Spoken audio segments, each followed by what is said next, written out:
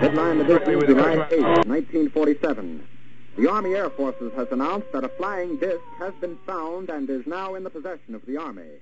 Army officers say the missile found...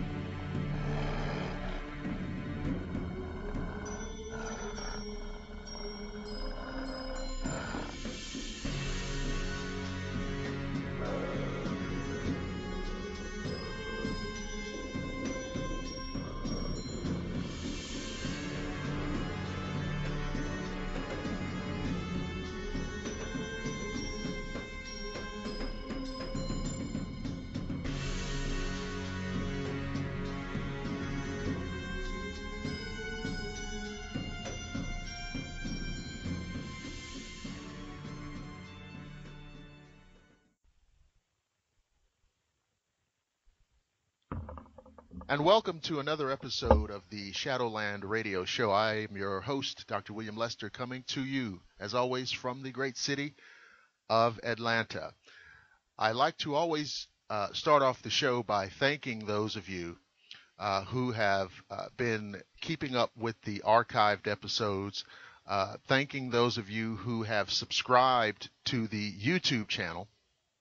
Many more of you have subscribed this last week or so, and I definitely appreciate it. We are up to 18 archived episodes thus far, available on YouTube. And also there is a dedicated Facebook page for the program. If you're on Facebook, just type the name Shadowland Radio Show into the search engine. It'll come up and you can scroll down. You can read about all of the guests, and you can actually listen to each of the episodes there. So tonight we are going to stay in town. We are going to do some paranormal talk, and we are going to be talking about an organization called Paranormal Georgia Investigations, and representing that fine group is Miss Heather Dobson. Heather, welcome to the show. Thanks for having me, Bill. I really appreciate it. Absolutely. I'm very pleased to have you. So I know that you're part of this organization. We've had some conversations before, but before we get too deep off into all of that, can you please tell the audience a little bit about Heather and make them familiar with you? Sure. I'm a native of West Virginia. I moved to Georgia when I came here to college in 1990. I attended North Georgia College, which is now the University of North Georgia. I received my physics degree, married a fellow North Georgia graduate, and settled here in Georgia, and I have 3 young children. I'm a stay-at-home mother, but I also do social media work for my family's business, which is located here in Atlanta. And I got interested in the paranormal when I realized, after having children, that anxiety regarding death and the afterlife was getting a bit too much for me to handle. And rather than take off for, that hated future, I decided to face my fear head on and joined a local paranormal group. And a number of us from that group went off and founded our own group back in 2009, and that's Paranormal Georgia Investigations, and I'm the communications director. And we've been investigating together now for 6 years. We really enjoy what we do. We enjoy helping people, and I enjoy getting the word out about our group and just making sure that we have a good web presence so that people who are in need of our services, who are scared to be in their own homes or businesses, they can find us and we can come investigate, give them answers to their questions, and just help them. Well, that's fantastic. Now, I heard you say now you have a background in physics. Yes, I do. So now tell us about that. Well, I had always been interested in the sciences, growing up. And I'm one of these people that if you tell me I can't do something, whether you don't think I'm capable of doing it or you tell me I'm not allowed to do it, I'm going to go do it. Mm-hmm. And I had been told in high school that, girls don't study physics. And so I said, well, by golly, you just watch me do it. And so I went off and got my 4-year degree. I did undergrad research for 10 weeks in Huntsville, Alabama, and I was asked to come back and work on my master's degree, but essentially what we were studying was the aurora borealis and trying to get satellite data to match computer modeling data, and I didn't think that seemed like a worthwhile lifetime endeavor. Plus, I'd fallen in love, so, a lot of times the heart leads you where you want to go, and so I ended up coming to Georgia, getting married, and becoming a technical writer. So, but I do find that my science background really helps me look at the paranormal investigating in an analytical way and in a very empirical way to make sure that we do this right. We're not thrill seekers, that we're doing this to help people and give them solid answers. Well, we really need people applying that level of critique to these various fields, right. and not have the whole thing just be completely intuitive. Exactly. And I appreciate the intuitive, and we have some intuitive people on our team, and I appreciate that so much. But at the same time, I agree. Yeah. We've got to have the scientific side. Right. There is value in the personal experience, and there is value in the esoteric side of things. But I think that we have to kind of separate ourselves somewhat, say for example, from our ancestors, right? Who they explained all of nature and all of the universe through supernatural explanations. Correct. Right. There were it was supernatural powers that made the seasons change and made the stars move or appear to move. We know that's not the case. Right. And exactly.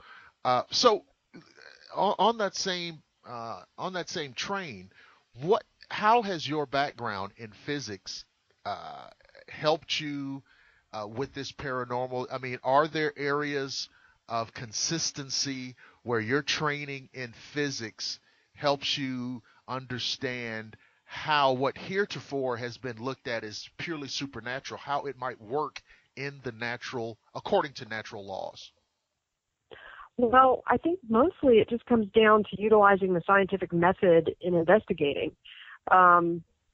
We've really brought that method in with our investigating. In other words, when we get a call in from a client asking us to come to their home, it's not just a matter of, we go in and we do EVPs and we take video and we take photographs and we record personal experiences, but it's also about collecting data.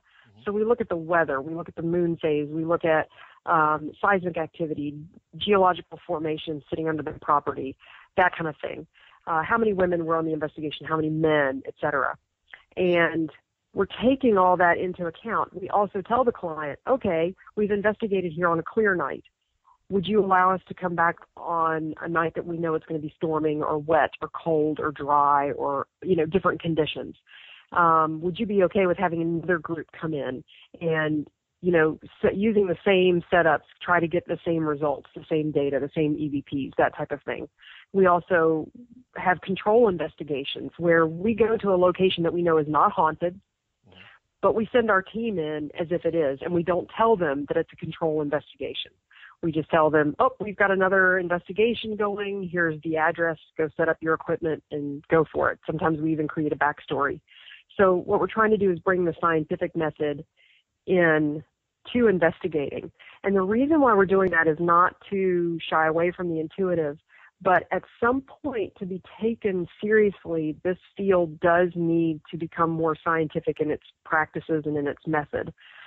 And if we start gathering data points and start looking at trends, we can start trying to nail down, when does this stuff happen? Is there a correlation between moon phases, between weather, between emotions, between the number of women in the group versus men, and that type of thing? And that's what we're trying to do. And I think that's my physics background is what is helping, is one of the things that, I use to help the group move forward in this. Do you foresee a time when people with scientific backgrounds like you are more open to studying and investigating the paranormal, instead of just saying, "Oh, there's nothing to any of this. Under any circumstances, it's not real, and I don't care what you say or what you show me." Well, I do think that's already happening. I'm actually walking over to another part of my house to find an article. Mm-hmm.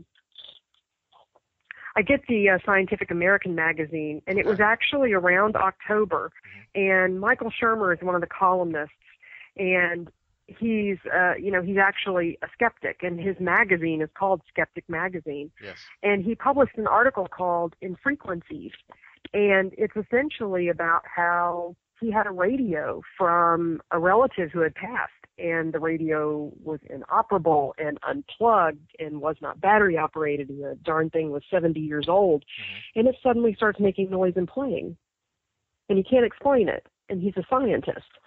And here you have a scientist who publishes Skeptic Magazine, writing a column in Scientific American about how there are things happening that we can't explain. And I love that. I absolutely love that it's finally happening where, scientists and non-scientists and intuitives and regular people are talking about this now. It's not something that we push under the carpet and hide. I love the fact that incident that you're speaking of was the kind of event that was not really, it's not spinnable. It's not something that you could, because like you said, it's not plugged in. It's really not operative. Mm-hmm. It's very old. Mm-hmm. And so it's not something in which you can desperately try to find some kind of explanation that satisfies or fulfills your skepticism. Exactly.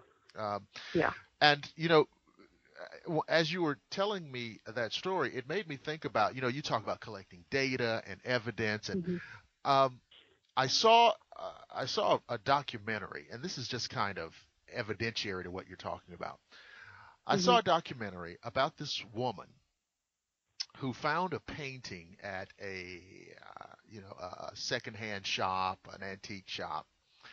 Mm-hmm. And she came to believe that this painting was Jackson Pollock original, which of course would have made it worth over $1 million. Oh, definitely. Okay. So she set about getting this painting authenticated. Mm-hmm. And there were one or two individuals, including a forensics, an art forensics, who knew, right? To examine it. And then there were some people from the art world at large, art connoisseurs, dealers, etc. And one after another, some of these people walked through and said, "No, it doesn't look like Jackson Pollock. It doesn't feel right. It doesn't strike me the right way. I don't feel the spirit of Jackson." It was really, I thought, what are they talking about? Yeah. Now. Yeah, exactly. How can you just look at a painting? Exactly. Yeah. Okay, so the art forensics guy discovered a fingerprint on this painting. And then he went to Martha's Vineyard, where Pollock had a studio, and he found a matching fingerprint in Pollock's studio. So the odds are that this is a Jackson Pollock original. Okay, so you've got that forensic data. Right. Now, probably for you and me, that's enough. Yeah, exactly. That's what are you talking about? See, but here's what's interesting: the guys from the art intelligentsia, the Madison Avenue guys, the Paris guys, they said, it doesn't matter. It's just a fingerprint. Right. Wow. They were dismissing the most objective element of data that they had. Yeah, and that's just crazy to me. It's right there. It's the only person on the planet living who could have ever owned that fingerprint was Right. one man. It's one man. But they Yeah. didn't like the fact that this painting was in the possession of a little old wrinkled lady truck driver in East Texas.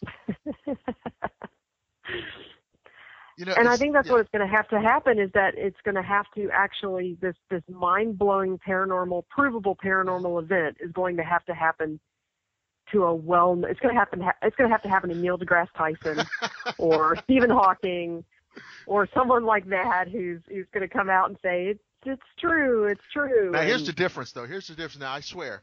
Now, if it happens to Tyson, I believe that I believe he'll admit it. Yeah, he would. Because I think he's intellectually honest. Yeah. I think Stephen Hawking would, no, that never happened. Yeah, he would brush it off as something more logical, and or just something. It was caused by dark matter. Yeah, it was black holes. Black holes, right? But no, that's a great point. Yeah. But so we have all of these things. Now. Let me ask you this, because this is I like where this is going. Now, okay. Based on what you've seen. Mm-hmm. As a researcher, as an investigator, just as an intelligent human being, and your observation and your ability to process thought, okay? Right. Is there such a thing as paranormal activity? Yes. Okay. See, I like that. Yes. I like it when somebody just, plants the flag and says, yes, it's real. It is totally real. And I'm one of these people that, I discount 99.9% of shadows. When I'm sitting in a room and I see shadows, okay, I'm sitting in the dark. My eyes are trying their absolute best to see anything and everything they can. Yeah. That's just my eyes. Noises, I discount. And I have, my team will tell you without provocation that I have the noisiest digestive system on the planet. Okay. It will rumble and talk and chitter-chatter throughout an investigation. So sometimes, some nights I just sit at base camp. But I have seen and heard and smelled things that I absolutely try so hard to debunk that I can't. Still to this day haven't been able to. And I know without a shadow of a doubt that it was paranormal, spiritual, supernatural, however you want to put it, in nature. Right. Well, I wanted to, a minute ago, you were talking about shadows and sitting in the dark. Mm-hmm. Yeah. And I almost laughed right into the mic because it made me think of one of the more well-known TV shows. Yes. And the individuals have a penchant for being in places that are pitch black. Mm-hmm. And then they turn on a flashlight. Right. And so you're in a pitch black area with a flashlight, and then they go crazy because they see shadows on the wall. Right. And I'm thinking to myself, and objects are casting them. Yeah. If you're in a pitch black room and you have on a flashlight, the only thing you're going to see are shadows on the wall. Exactly. And that and that passes for exciting paranormal television. Yeah. And ironically, and it's like you need light. You need lots of light. My favorite places to investigate are places that you've got street light coming in and through the windows. It's midnight, but you've got enough street lights coming in that you have this glow where you're investigating, and there's no doubt if there's a shadow that walks by, right, that blocks out something. I know the shows drive me nuts. Well, I still watch them because I can't help it. Well, no, it's a guilty pleasure. It's almost a self-mutilation. Yes. And I'm not to investigate. Right. But this idea that you can investigate in zero visibility, right, it's a little bit silly. Yeah. So now you said a minute ago that there were some situations that you could not debunk. Tell us about that. My very first experience was at the Titanic exhibit at the Georgia Aquarium, and they've since, moved that exhibit, and it's a traveling one. But the time that they had it there, we were investigating. And did you go to that exhibit at all? Yes, I've seen it. Okay. The very back room, the last room you go through, is the room with the personal effects. Right. And we were sitting back there, and it was myself and two other investigators and two aquarium interns, all of us women. Mm-hmm. Now, you gentlemen, when you guys take showers and then you shave and then you put on your aftershave and cologne, y'all smell a certain way. I can put on shave cream and aftershave and cologne. I don't smell like that. Right. It's a man smell, right? Exactly. Yeah. Exactly. So we were all sitting up against the wall, and a man walked by. Mm-hmm. The smell of that cologne and that aftershave, it just hit me. And all of my other fellow investigators and the two interns thought I was crazy because I immediately started sniffing the four of them. Mm-hmm. And I knew I didn't smell like that because, I'm one of these paranoid people that, it's an investigation night. No hairspray, no perfume, no lotion, nothing like that. So I'm sniffing everybody. I'm looking around for vents. I'm popping my head out the door, looking for the men in our group to see where they were. And they were all the way at the other, not even in the exhibit. They were at the entrance to the exhibit, all the way down the hall. And I could not figure it out. I could not, for the life of me, figure out how that smell got in there.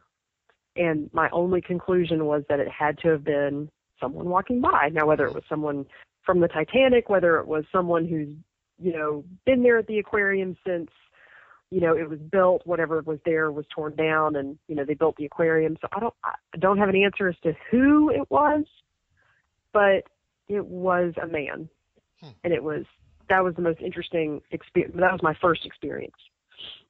So, and I remember hearing stories about, people, this house burned down, and for years people can smell, burning wood anytime they walk around here, or, they smell perfume, they smell cigar smoke, Granddad smoked cigars, whatever else. But I always thought that was fascinating, but whatever. Well, but it makes sense. Smell that cologne. Yeah, but it makes sense that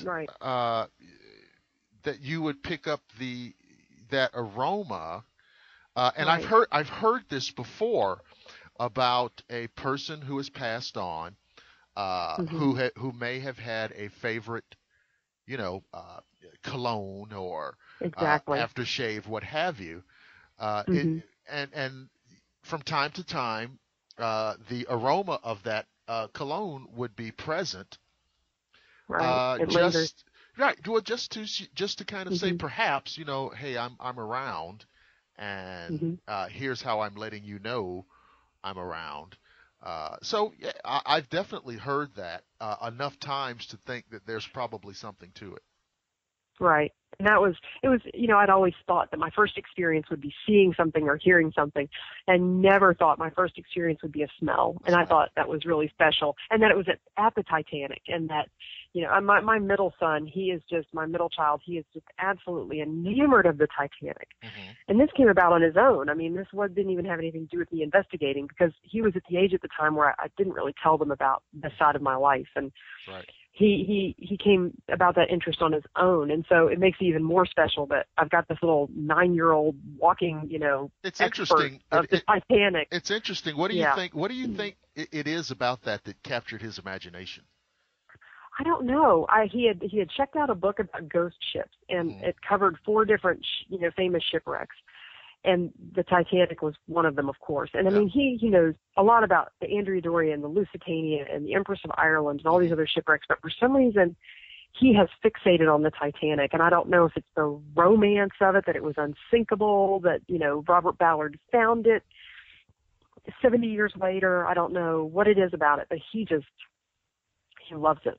Absolutely loves it. I think sometimes, and I'm just speculating, now, of course, you and I know that there's a lot of things in history that are as exciting as something you might see in a made-up movie. Right. And so now sometimes kids may think that, history is dull and uninteresting and boring because they have to go to school and they have to learn it. Exactly.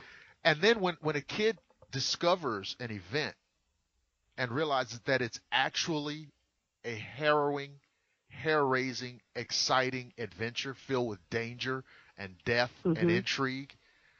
And it actually happened. And it actually happened. I think they really turn on to it. And there is a part of me that wonders, is there a past life connection? Oh. Are we interested in the points of history that we're interested in because we actually experienced them? Mm-hmm. That's a possibility. Yeah, no, that's an interesting something that it's I don't know how you follow that up, but it is interesting. Mm-hmm. It's out there. It's just something I've been stewing on. But now, you said that there was another incident besides the Titanic that you wanted to debunk maybe and you couldn't. Yeah, it was actually, we investigate people's homes and businesses, and we do that, on a monthly basis. But we like to cut loose and do fun investigations. And so we've been to Waverly twice, and we've been to Old South Pittsburgh Hospital twice. And Old South Pittsburgh Hospital, for those who don't know, it was a regional hospital in Tennessee, and it was closed in the early 90s just because they decided to shift everything to Chattanooga. But it had a little emergency room, a couple of operating rooms, labor and delivery. It was just very tiny. And when they shut it down, the caretaker decided, to open it up for paranormal investigations just because so many things had happened there even while it was open and operating. So we've been there a couple of times. And the caretaker, the previous caretaker, she and her husband and son actually lived there. And she always said, the doors always open and close on their own. When I go make my rounds through here, I always shut all the doors so that I know if there's a door open, something's been happening. So we went up to the third floor, of the hospital. It was 8 a.m. We'd all crashed out for a couple of hours and decided to go up there and make one last EVP push. And we were standing in the middle of the hallway, and we had decided, let's open a door on either side of the hallway. So we'll have two doors open, and we'll try to get something to close the doors. So I opened my door, and my fellow investigator, Jordan, across the hall, tried to open his door, but he pushed it open. It wouldn't stay open. It kept wanting to shut.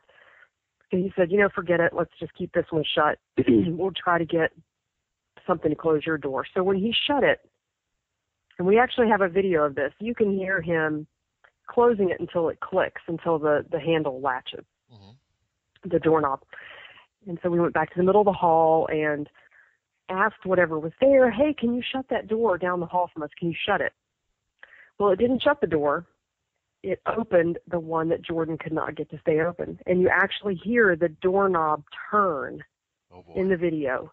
And you see, because as we were standing there, it's 8, 9 in the morning, there's light coming through the windows. So when the doors were shut, it was dark, dark hallway. So you see light coming in this doorway, and the door just swings open and it slams twice against the wall and stays open. Oh my goodness. And we could not get that to do it again. I mean, we just couldn't get it. We couldn't recreate it. We tried. Okay, did he do not fully latch it? Was it sort of halfway in and halfway out? Nope, there wasn't any sort of, leveling issue. I just couldn't figure out how it would slam open. I mean, it was like somebody just turned that knob and just pushed it as hard as they could. And we could not get that to, recreate itself. And there's no change in air pressure going on because the caretaker didn't have any air conditioning or any heat running. She only had air conditioning units and heat units in her part of the hospital, the 4 rooms they had turned into their apartment. That was 2 floors down. Could not get that to happen again, and that just blew my mind. And that was incredible. And when you do watch the video, yes, I'm the one who sounds like Sally from When Harry Met Sally in the deli scene. Yeah. I was so excited. Anyway. So, can people, where can people go see that video? They can actually go to our website, paranormalgeorgia.com. Okay.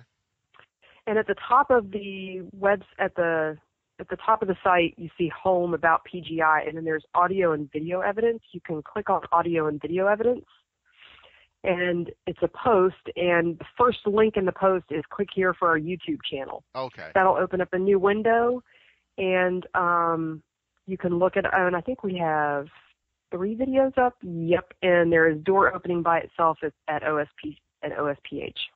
Yeah, so guys, when you listen to the show and you as you hear us talk about this, you go on up there and click on that and see this inexplicable event unfold. I noticed on your website you had a little bit of fun. Oh, and by the way, like you said, this is Paranormal Georgia Investigations, paranormalgeorgia.com. You had a little bit of fun talking about orbs on here. Yes. And of course, you know that, oh my goodness, the internet is just infected with orb pictures and all of this, and all of these television shows just spend hours and hours talking about orbs. And and then on your site it says, 99% of this stuff is dust. Yeah. Yeah, it drives us nuts. And most of it, and we've had people send us pictures and ask, I took the Savannah Ghost tour, is this an orb? No, it's a raindrop, because you can clearly see that, the surfaces are wet and that kind of thing. And no, it's dust. No, it's an insect.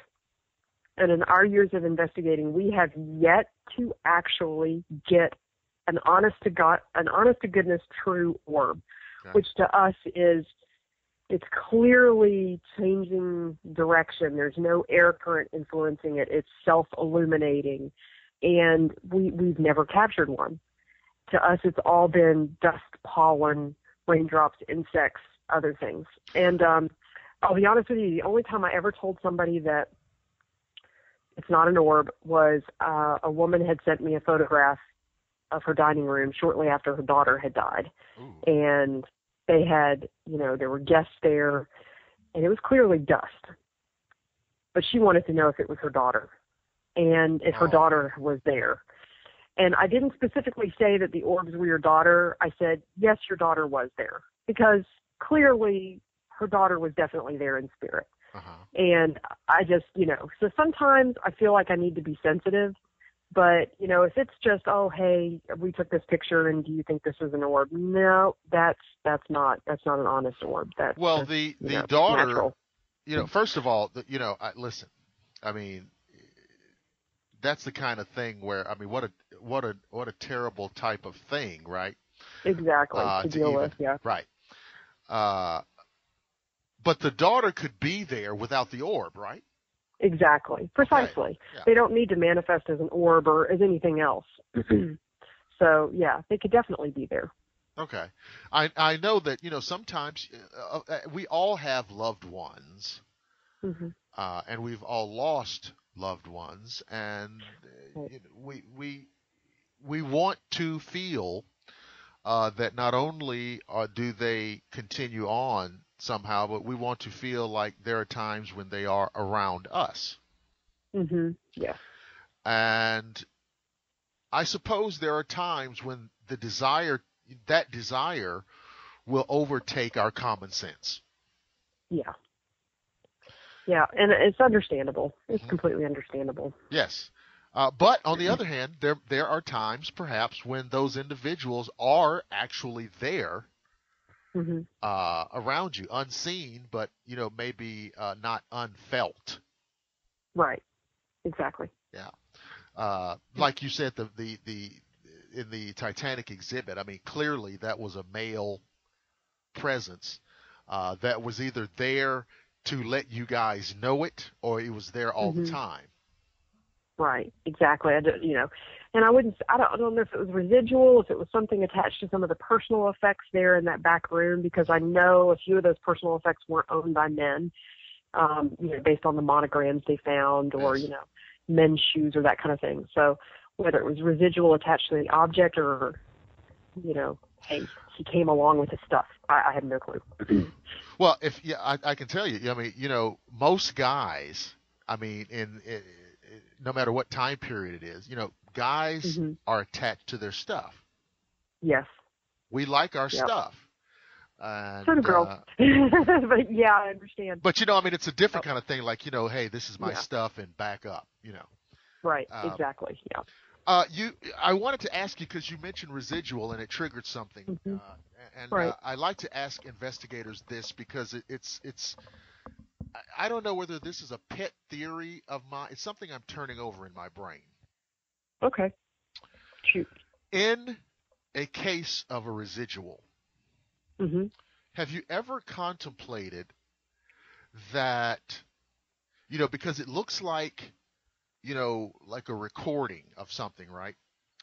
Correct. Like a movie on a DVD that you could play over and over.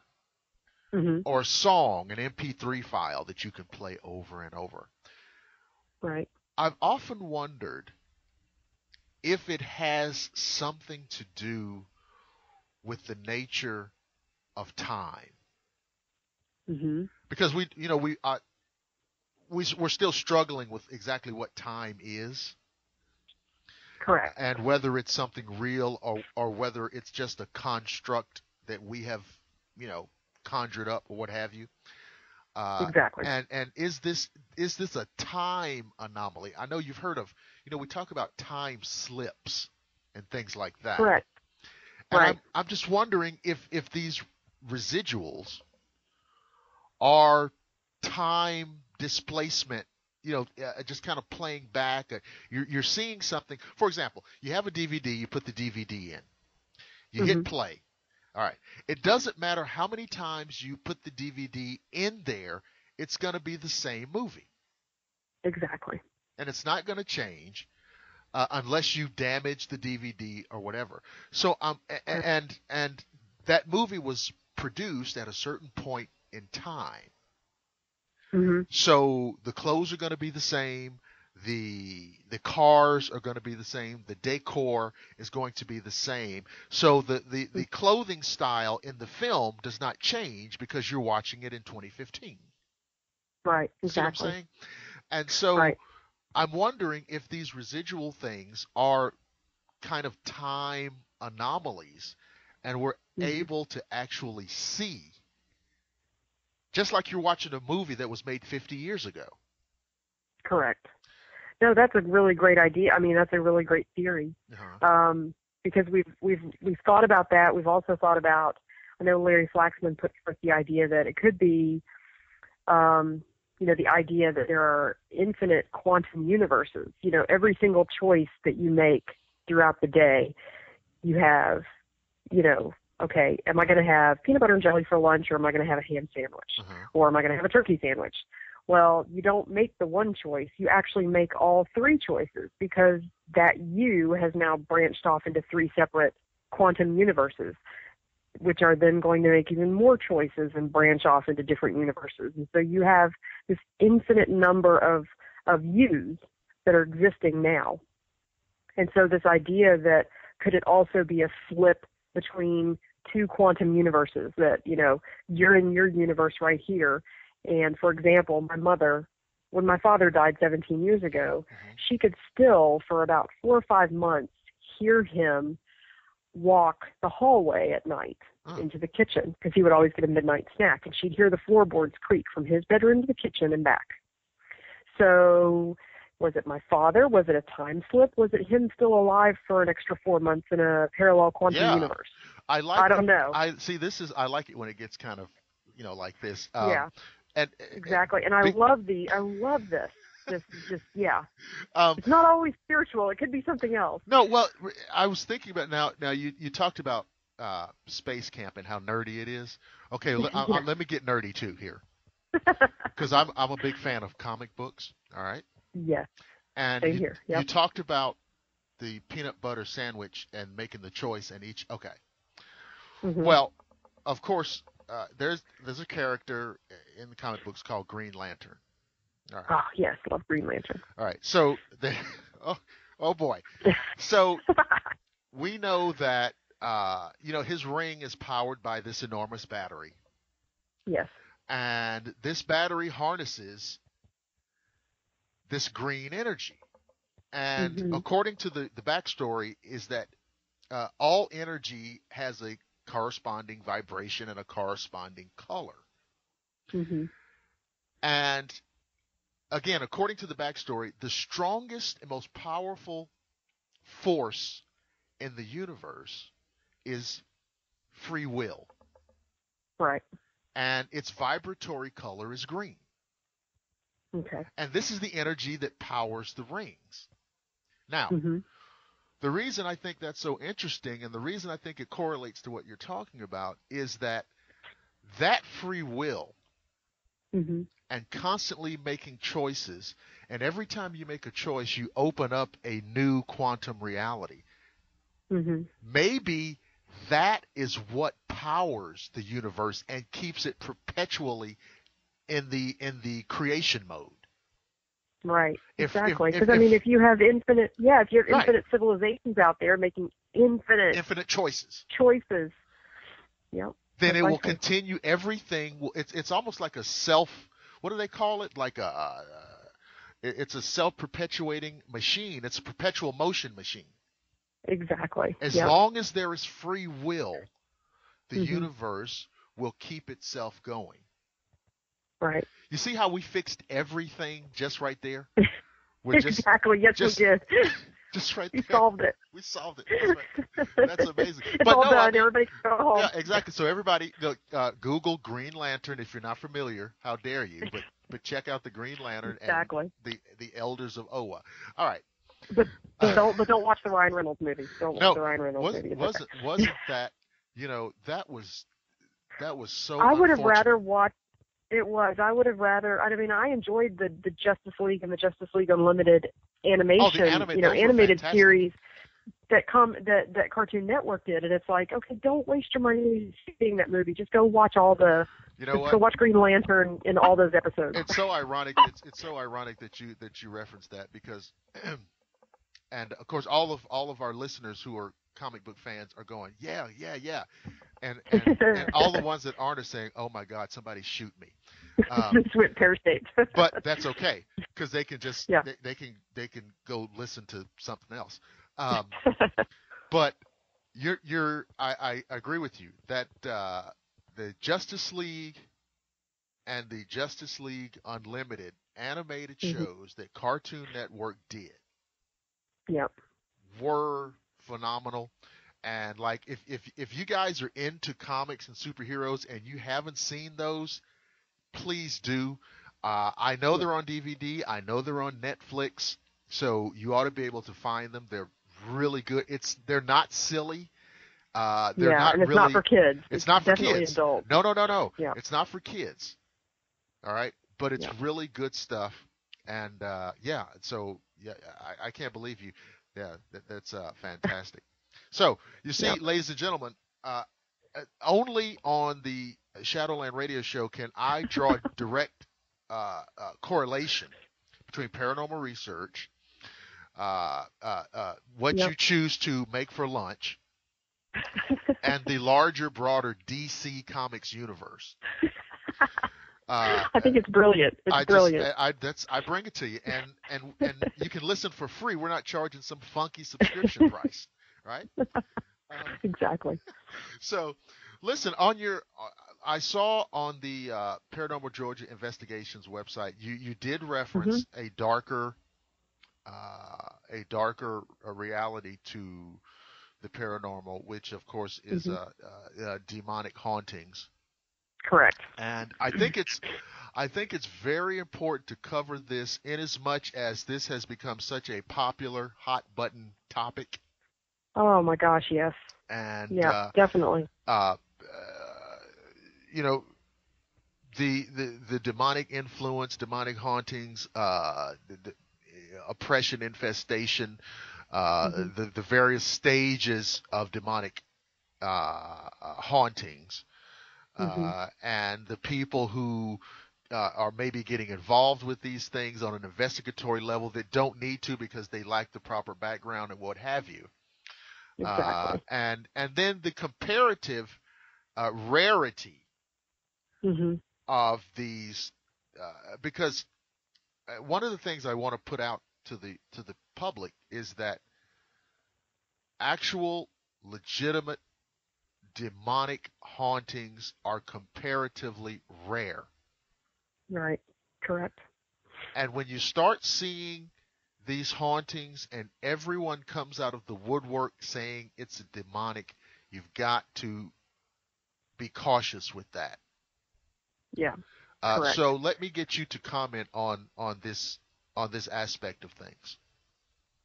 Well, that post came about mainly because we will have clients contact us, and I'm not kidding you when it seems like, and we do about 1 to 2 investigations a month, which is pretty busy for a paranormal group who doesn't charge anything, or Right. we're doing this in addition to our 9 to 5 jobs and Right. our lives. And I'm not kidding you when I say we get several emails a month from people who are convinced that they are either possessed by demons or they have a demon in their home.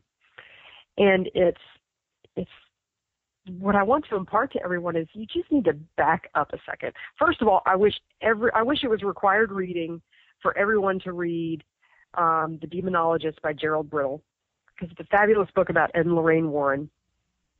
And when you read that book, you get a sense of what an actual demonic oppression, possession is. And, I tell people, I'm like, okay, so you got scratched. That doesn't mean it's a demon. Right. People can be dead and still be assholes, pardon me. No. They don't. No. We're not. Yeah. We don't care about the FCC here. No. Exactly. But it's just,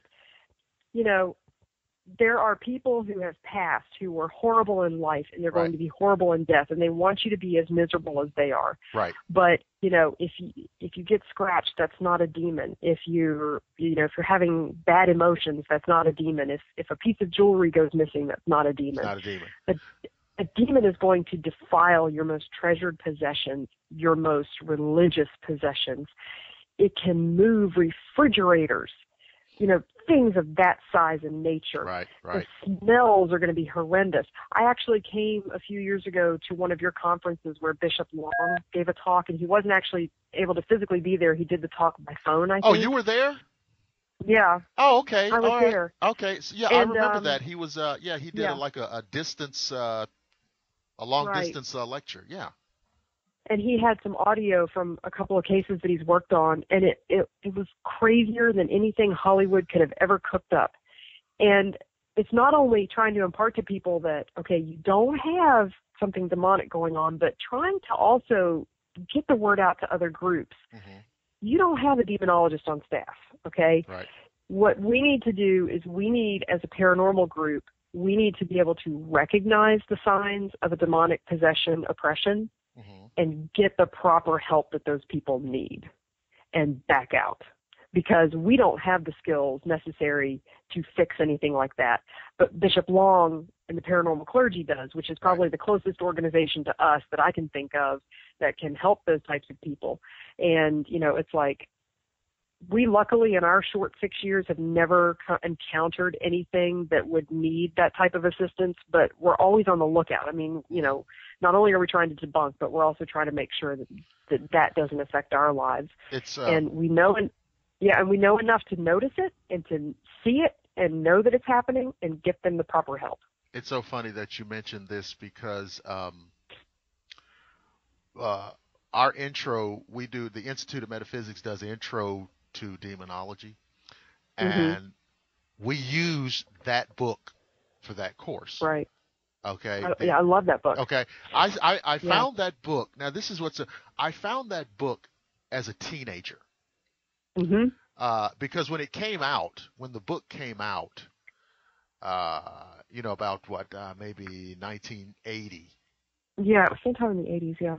1980. I was like 12 or 13 years old. Right. And I found that book and read the book, and I was blown away because I had never even heard of this reality. Mm-hmm. I just never heard of it. And so all those years later, you know, when we were putting things together, I said, if we're going to do an intro to demonology, I want it to Mm-hmm. be this book, Right. because it had such an impact and influence on me. Mm-hmm. It's going to have that impact on other people. Right. And it's not a book about people jumping up and down, you know, waving their hands in the air, Right. like some medieval religious zealots. Right.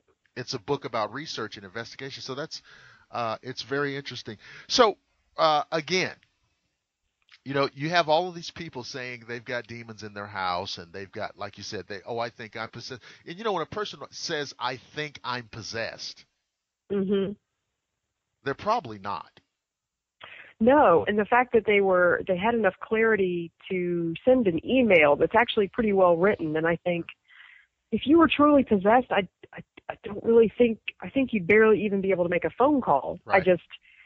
And knowing that, you know, the cases that Ed and Lorraine Warren worked on, Yep. when you read about them in that book, and, you know, people would call them and the phone lines would be messed up and Right. the phones would go dead and they wouldn't be able to talk. It's like, do you really think an email would make it through to me? That's a good point. Yeah.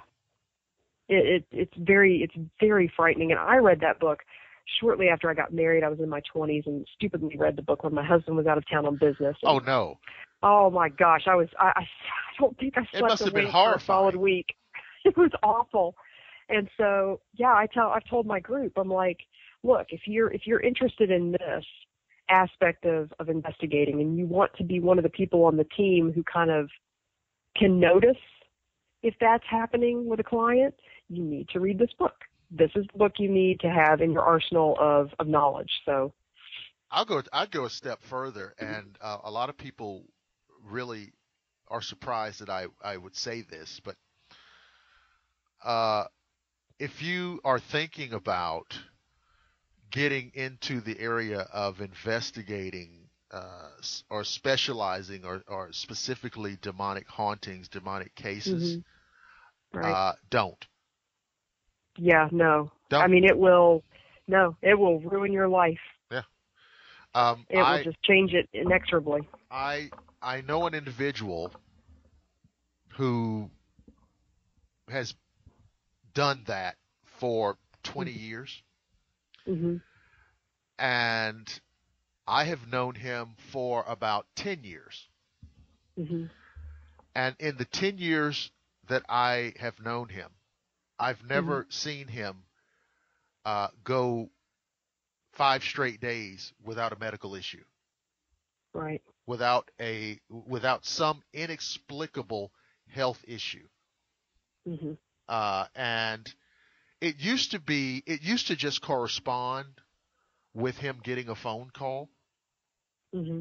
And then it just stayed with him the whole time. And so he is impacted by this every day of his life. And I tell you, if he lives to be 50, it'll be a miracle. Right. And Yep. and so you know, I'm saying that, and you know, if I sound dramatic, I'm not kidding. It's real. Yeah. It is rare. I want to stress Mm-hmm. that. And I think on your website you articulated it very well. It's not just like winning the lottery. It's Right. not just like getting struck by lightning. It's like, how'd you say it? It's like winning the lottery after you get struck by lightning and attacked by a great white shark. And Yeah, exactly. Yeah, I'm looking at the post now and I'm trying to find the line, and of course right. I can't find it. But it is like that, right? Yeah, exactly. But how much of that? Getting struck by lightning while being eaten by a shark Yeah. while learning you just won $1 million jackpot. Yeah. Right. You know, so, but now how much of that, and I want to be careful here because I know that people are so sensitive. How much of that is us living in the Bible Belt? I don't know if it's, well, you know, I think it's a combination of us living in the Bible Belt and Hollywood. And Hollywood, okay. Because Hollywood is not going to spend multi-million dollars on a movie about a couple who move into a mildly haunted home where they hear somebody call their name every couple of months. Chains rattling. I know, yeah, yawn. Yeah. And so it's that. So, of course, you know, scare sells, fright sells. So it's going to be the absolute most worst thing possible, which is demonic oppression and possession. Mm-hmm. And, something that I've noticed down here in the Bible Belt is, especially with, Baptists and, evangelical Protestants, there are no ghosts. There is no such thing. You are dead. And you go to either heaven or hell. There is no existing on this plane. Yeah. So if you have something paranormal or supernatural happening, it's bad. It's demonic in nature.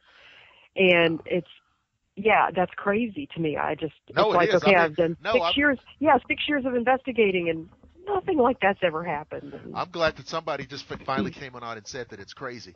Yeah. Because, because listen,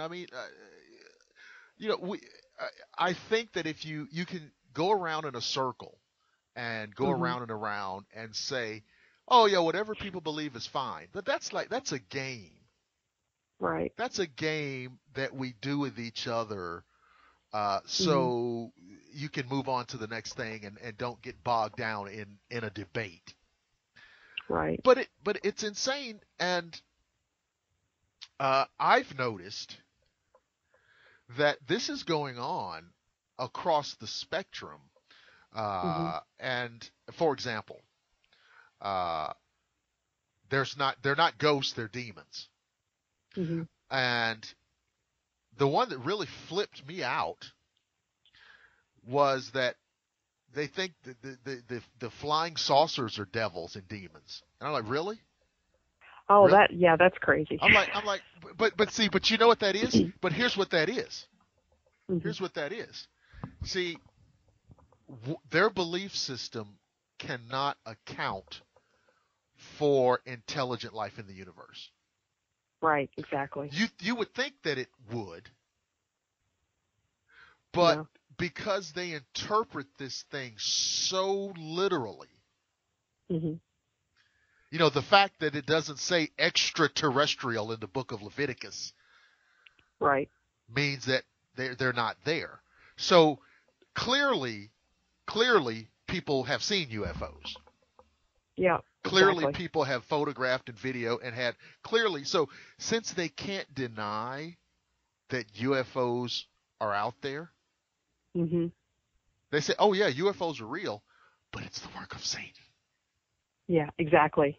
Aliens are demons. Aliens are demons, because as you know, a demon, a paraphysical, preternatural, spiritual being, requires a space vessel to get here from Zeta Reticuli.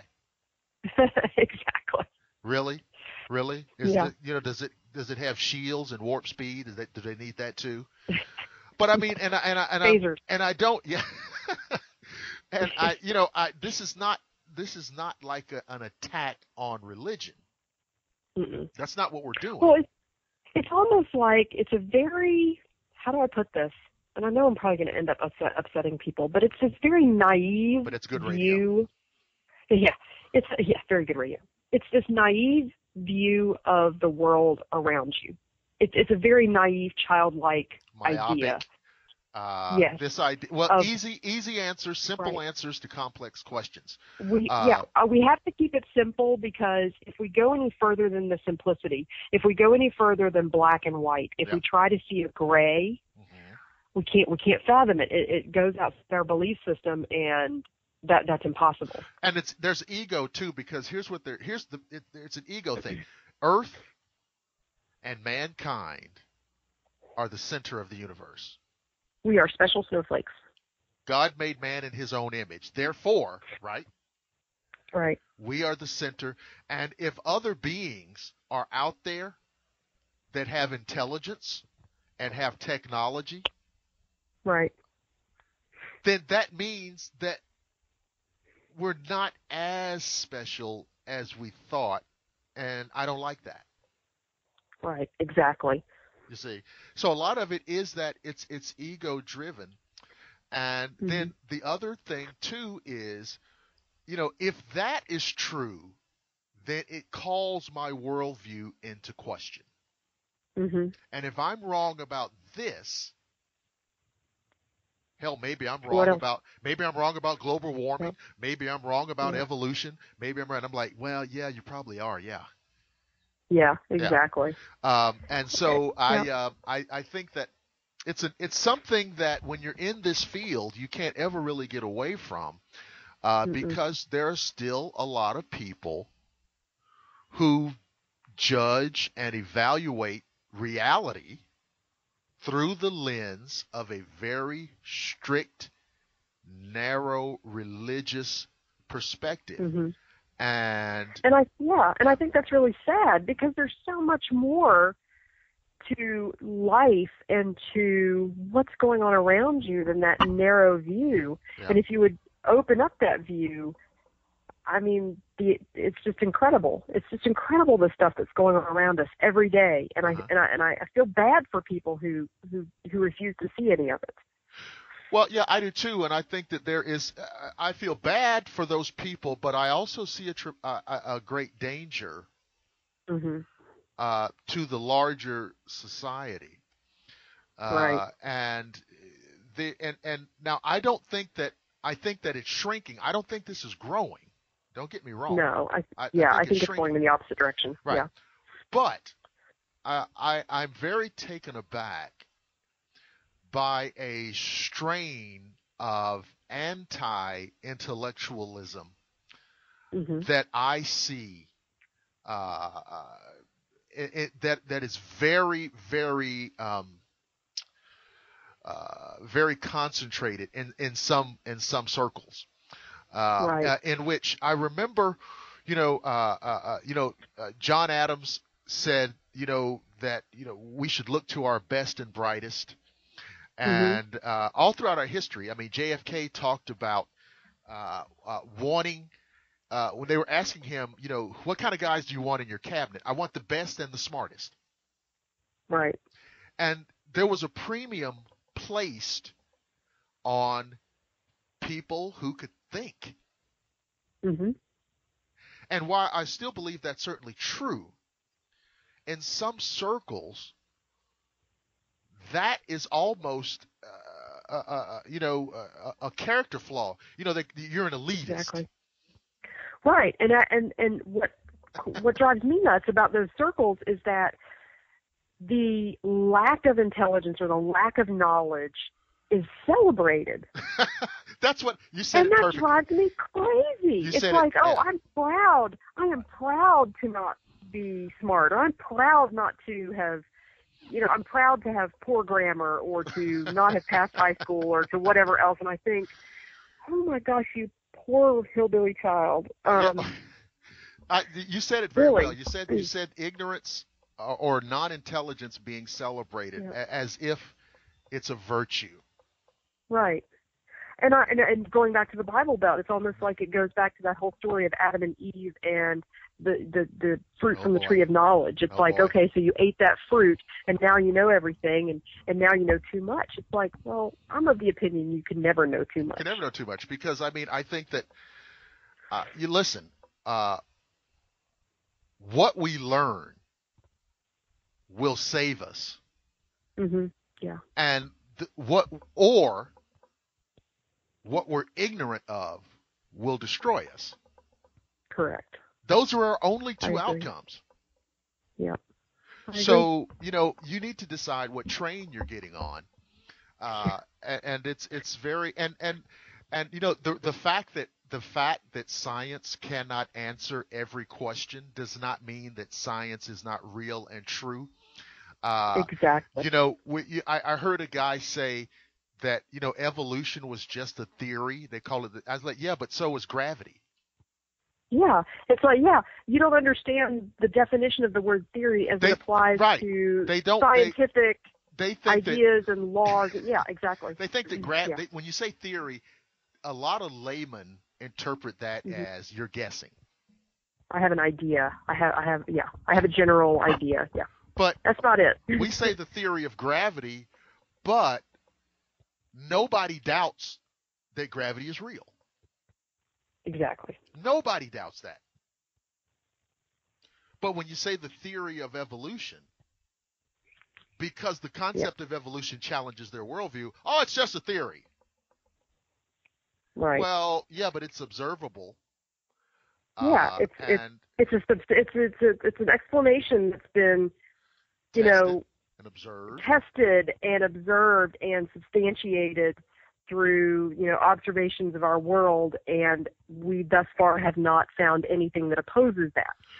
And the great thing about science is that once we find something to oppose that, then we will change our worldview. We're not static. Well, exactly. And if you start attacking, Darwin was a 19th century man. Yeah. And I've read some of the things that Darwin wrote that are not complimentary to people of certain ethnicities. Mhm. Right. But I also know that nobody today looking at that takes that seriously. Precisely. Nobody, no reasonable human being. That's a product of him being a 19th century man. Yep. Okay. And the culture he had grown up in and been exposed to, and yep. Right. But that does not mean that the basis of his theory is wrong. And so, you know, and it kills me when I've heard people launching that kind of attack against Darwin so that by proxy you could undermine the theory of evolution, the natural selection, what have you. Right.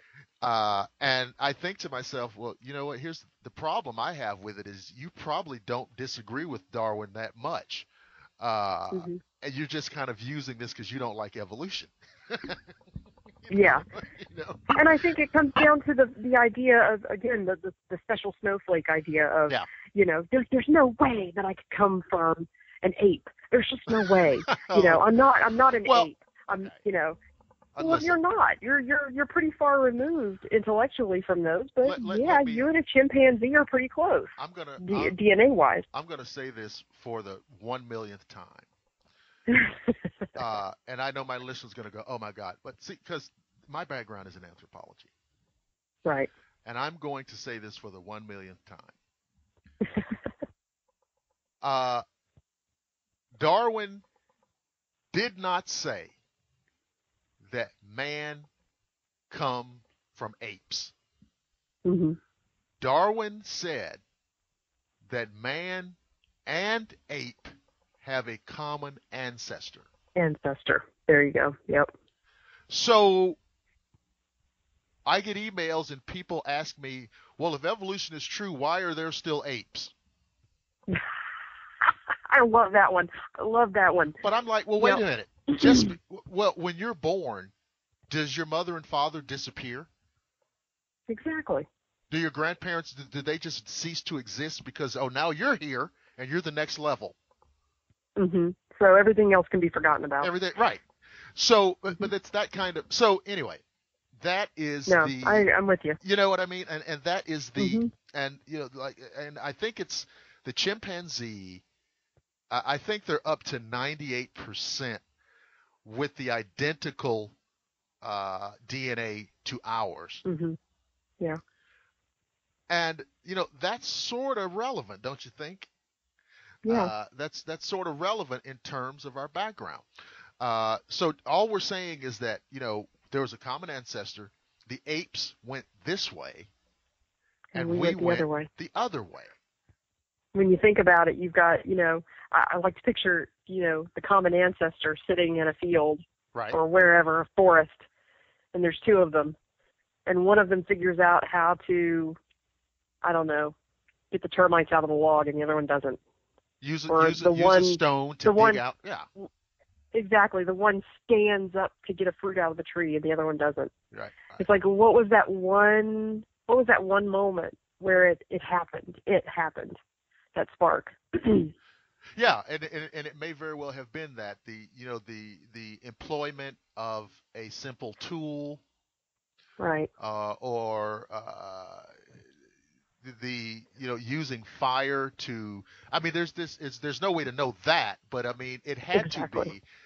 I read an article last night about the domestication of dogs, and they discovered a fossil of a prehistoric wolf that they feel is the ancestor of all modern wolves and dogs. Mm-hmm. And the question, and because they found these fossils in proximity to human settlements, the question was whether or not humans, or how early humans were domesticating these animals. Mm-hmm. And so we think now, for example, it goes back about 35,000 years. Mm-hmm. And what we think is that these hunters would take wolf puppies from a Right. pack. All right, they would take these wolf puppies and raise them, Mm-hmm. thereby domesticating them, getting them used to people. And this Right. was the process of domestication. But we've had to push it back much further than we originally thought. We think now it goes back about 35,000 years. Yeah. And so again, this is how crazy I drive my listeners, because I've taken them all the way from the Waverly to Pleistocene Siberia. Exactly. But it's an Which education. is awesome. It's Yeah, perfect. it's fantastic. So, what I wanted to ask you, Mm-hmm. how long, when did you join the group, or you're not a founding member, right? I am a founding member of you're PGI. okay, Yeah. yes. Mm-hmm. Okay. Yeah, and we founded PGI in the summer of 2009. Okay. And I had investigated with another group for a year and a half prior to that. Okay. So. Very good. So, again, ladies and gentlemen, paranormalgeorgia.com. Go up there, and like she said, when you see the audio and video evidence link, click on that, and you can go to the video that we were talking about earlier. So here's what I'd like to do. I absolutely have got to get you back on the show so we can have another one of these free-for-alls. That would be great. I would love it. Because absolutely. This is going to be a fantastic show for the listeners. I've had a lot of fun, and I have to. I want you to come back, and obviously I'll be in touch with you about that. Ladies and gentlemen, this has been another episode of the Shadowland Radio Show. I've had a great time. My guest has been Heather Dobson of